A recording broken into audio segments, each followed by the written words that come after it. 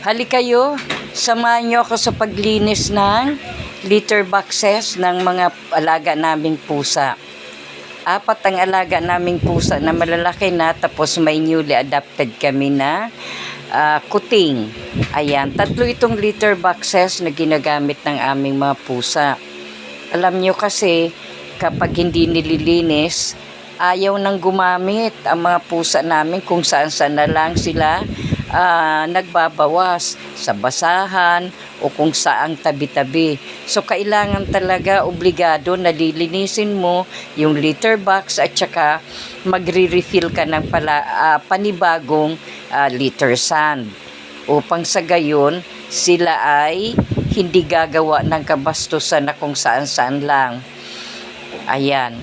So habang hinihintay nila na matapos yung paglilinis, matyaga talaga silang nagpipigil rin kung sila ay naiihi na o kaya natatai na.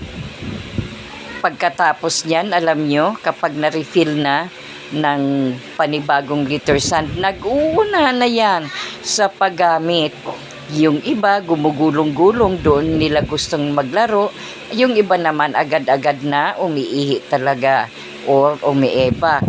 O eto ngayon siya nga pala, ito yung panibago naming adopted na puting pusa. Tamang-tama, naghahanap kami ng all white na pusa.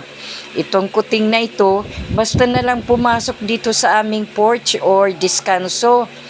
Ayan, hindi na namin pinalabas, inalagaan na namin upang sa gayon mabigyan siya ng maayos na tirahan, mabigyan ng maayos na pagkain, hindi na siya yung mabigyan rin siya ng maayos na pag-aalaga, kaysa naman hahayaan lamang natin nakakalat-kalat yan. Mamaya mo niyan, makikita mo patay na. So upang iligtas siya, inalagaan na namin. Ayan, inilalagay namin sa cage. Kasi yung, hindi ko na ipapakita yung cage basta 3 palapag yun. Hindi muna namin pinapalabas sa cage kasi kapag pinalabas, makakalabas rin siya dito sa aming bahay. Kasi kasya pa sa butas ng steel matting. Alam nyo, yung pangatlo naming pusa na pinangalanan naming 30, itim yun. Na-miss niya yung cage kasi sa araw, diyan talaga sila tumatambay. Natutulog sila diyan, nag-uunahan. Nakabukas lang yung cage. Pero sa ngayon, dahil nga may panibagong pusa, pinapasanay pa dito sa amin, ay nakasara na muna.